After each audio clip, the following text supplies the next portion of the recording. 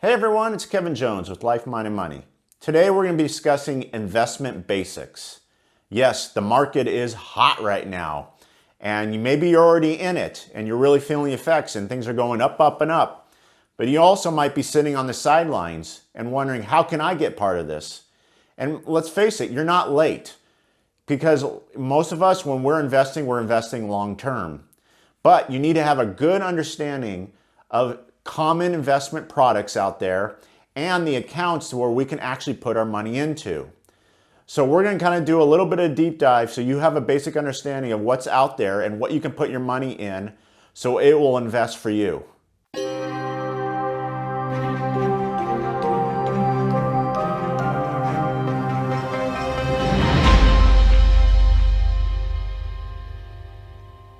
If you're new to this channel or want to see other videos, I would highly recommend you to please hit the subscribe button below. I would certainly appreciate it. Also, don't forget the little notification bell, as it'll tell you when my next video comes out. So with that, let's get into investment basics. So the first thing I want to discuss, in its very basic form, is a stock. We've all heard of the term. But what really is a stock? So, in its true crudest form, I've created this. And that is a stock certificate.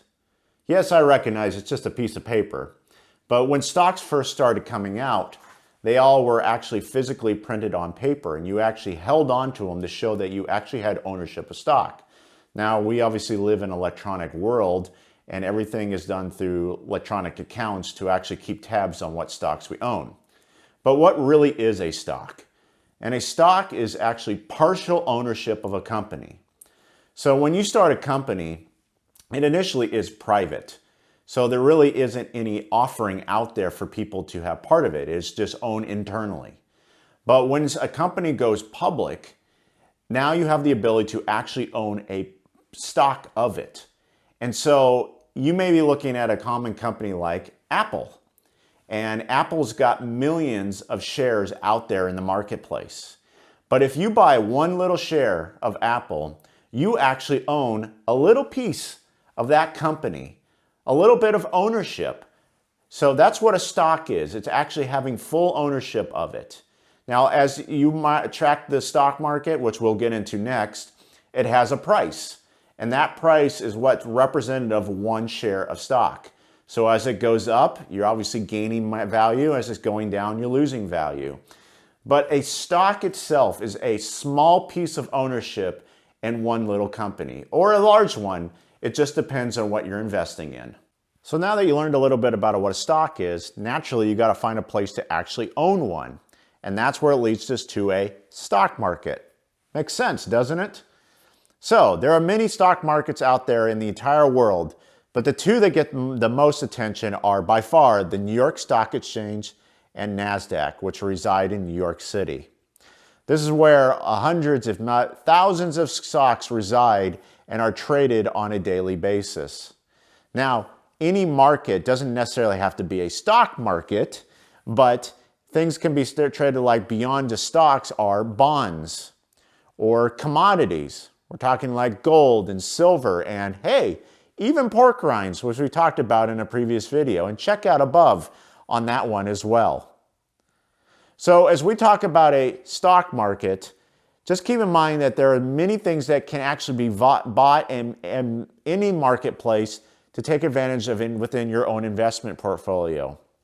So when you're looking to actually invest in a stock market and purchase an individual stock or a bond or whatever you're looking for, it's actually what's called a trade. And that's when you actually physically give your money to the individual who is selling that commodity or bond or stock, and they will give that in return. Now, way back when, and it still even happens a little bit today, the transactions are actually happened on the floor of the stock market. Now everything has gone electronic, and that is why we open up individual accounts on the internet, and then we give our money and then buy it with a click of a button. Things have certainly changed over the years. So that gives you kind of a basis of what a stock market is and how you can actually go out there and buy individual investments. So the next thing I want to discuss is what's called an index fund. Now, if you've been watching any of my other videos, I talk about index funds quite a lot. and more specifically the S&P 500. An index fund is a leading indicator of a large grouping of stocks to kind of give you an indication of how well it's doing in the marketplace, in the stock market. So we refer to like the S&P 500, which I talk about a lot, and that is the 500 largest companies grouped together into what is called an index. And that is a number representation of the value of all of those 500 stocks put together. And it's tracked going up and down. So you may have heard like the Dow Jones Industrial, a very common term out there. Well, what the Dow Jones is, the top 30 US stocks in the United States that are put in and then tracked against. So there's many other forms out there like the Russell 2000. So there's a lot of different indexes out there, and other organizations or investment firms will put together their own indexes before. What's great about an index fund is that they are very cheap to own. So you'll buy in at whatever price the market has set them at, but there's very little fees involved with them. So it doesn't take away or erode your investment over time.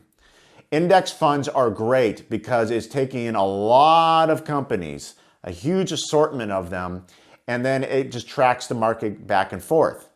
As you remember, I said the S&P 500 started back in 1926, and in that time, all the way up to today, it has averaged almost 10% year over year. So you can see an index fund can be just a great investment for you to plunk money in and just let it do its thing on its way for years and years and years, and you'll be amazed by the amount of growth you can get out of it. So another investment piece that I want to speak to is that is a mutual fund.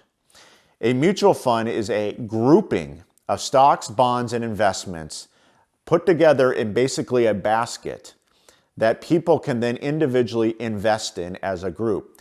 And each of these these mutual funds has basically a category or an emphasis on what they're trying to achieve.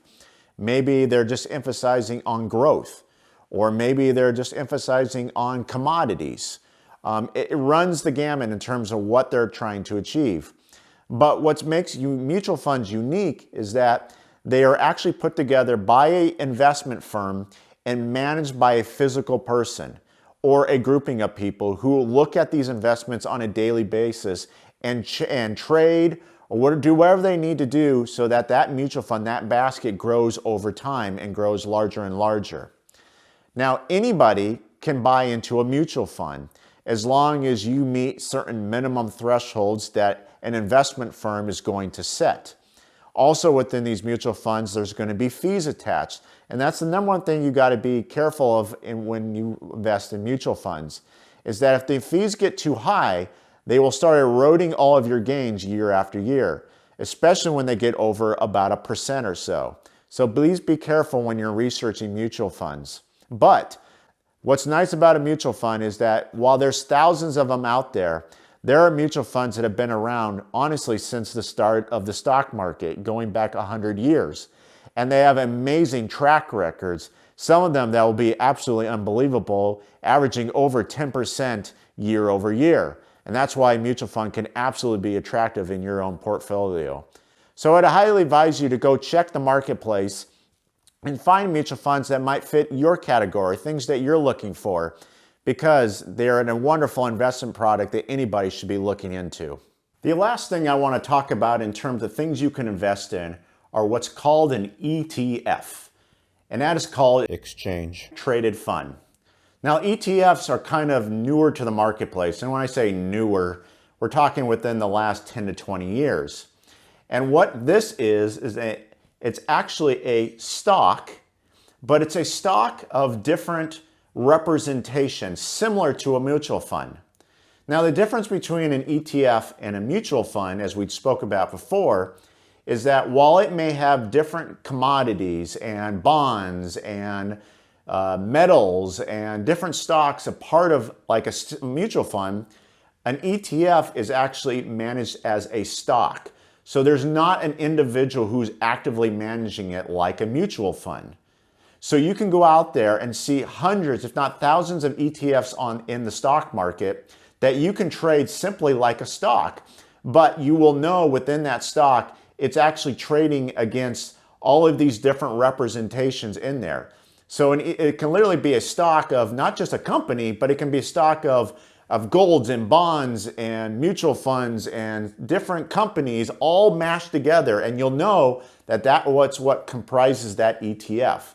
So it's just a very different mechanism as like a mutual fund, but it's managed not by an individual. It is simply just put together and traded on the market floor. So a lot of people like to trade ETFs because they're simply just a stock, and there's not a lot of fees. There's no fees involved with it because you're simply trading it. And with the world of now of zero-based commissions, where it doesn't cost you to buy stocks anymore, there might lie a great place for you to invest in an ETF in your near future. So now that we've talked about all these different investment products and stocks and mutual funds that we could put our money to and start getting our money working for us in the investment world, you're probably thinking now is, well, how do I get started? And the number one place you could start is an employer plan. And so if you're working for somebody who offers something like a 401k, a 457B, or a 403B, just to name a few, these are great places to start beginning, especially when they're offering a match, which we've talked about in previous videos. And that's when you put money in and the employer comes back and gives you money to match what you put in. What that's called? Well, that's free money. So if you want to talk about investing and really taking advantage of the stock market, let's just start by just taking advantage of the match, because that's 100% return right off the bat. So an employer plan is wonderful because most of these, if not all of them, you put your money in pre-tax. And so you're not taxed until you actually reach retirement age. So it's great so that you can put your money in, and a lot of times it's put in automatically, so it's out of sight, out of mind. So it just comes right out of your paycheck and you're already investing without you even thinking about it. So look into your employer plans and see what's available to you if you haven't already started, because it's amazing what employers will offer to you, especially when there's a match involved and you don't want to pass up free up money. So talk to your employer if you haven't done so and find out what plans they're offering today. Now, another way for you to invest and actually put your money in and start tackling all of these different financial vehicles we discussed, especially if you don't have an employer plan like we discussed before, or you do, but you're looking for more individual investment opportunities, you're going to want to start opening a variety of accounts that are out there that any individual can take advantage of. Now, I've discussed this in other videos, and I would highly advise you to take a look at a video I talked about different investment accounts out there and how they can help you. But the ones I want to center my attention on today are: 1, a Roth IRA, 2, a single IRA, or 3, just a simple brokerage account. Now, these are 3 accounts that anybody can open up on any given day. With a Roth IRA or IRA, you must have employment to actually invest money into them. So if you do, take full advantage of them. They also have their own tax advantages, where a Roth IRA is my number one suggestion for individual investing, as that money grows tax-free. Now, the money you put in is after tax, so it's basically what you receive in your paycheck. But as it grows and grows, you won't pay 1 cent to the government. And that's important, because when you reach retirement or when you need that money, the last thing you want to do is be forking over money to the government.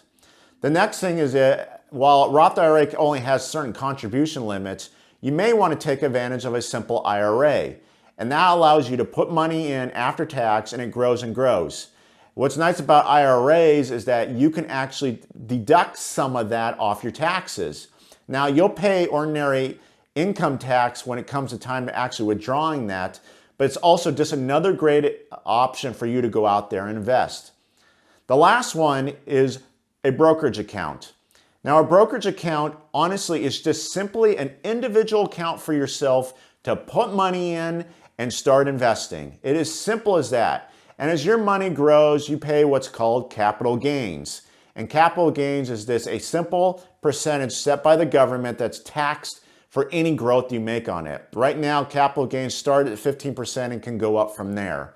And it is changing drastically. But if you're just looking to put your money in and don't have to worry about tax concerns, and you just want to invest for yourself, a brokerage account is a wonderful place to do that.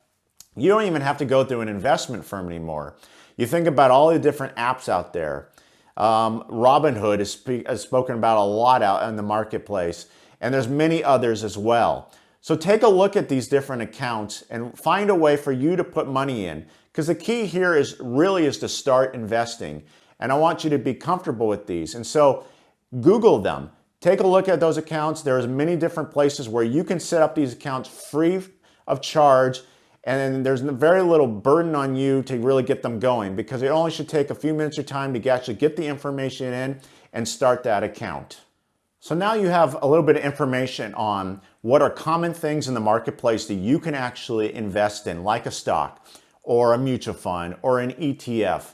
These are some basics out there. And also now you know some accounts like an employer-based plan or a Roth IRA or a brokerage account. Money, things that you can actually put your money in so you can start investing in this wonderful market.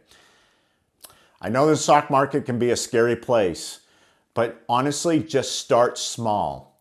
Even if it's just a few dollars, $50, $100 a month, begin putting it together. Get on that computer, set up your first account, and then start trickling that money in, even if it's simply an index fund. That is the way and your path to prosperity, but you got to start now. That's how it will begin for you. Don't be scared by what you're hearing in the marketplace. Just begin. So thanks for watching today. And in Life, Mind, and Money, we focus on money. Your money can grow exponentially over time, but you got to be able to invest it in smart things like an index fund and put them in accounts like a Roth IRA will grow tax-free. I know there's a lot of options out there, but really focus on the ones that are best for you, and you'll be amazed by the amount of growth that will come your way before retirement. I honestly believe it. If you haven't already done so, please tap that little like button, as I appreciate all your support in taking on the YouTube algorithm. Also, I want to hear from you. So please comment below. I want to hear, have you already started investing? What kind of accounts have you created? What are you putting your money in? I want to hear from you. And then lastly, if you like the content that you're receiving, please hit that subscribe button below, as I appreciate all your support in trying to grow this channel so I can provide more content to you, as I'm doing this every Monday and Thursday. So I want to make sure I get as enough information out to you as I can as possible. Once again, thanks for watching, and I'll catch you next time.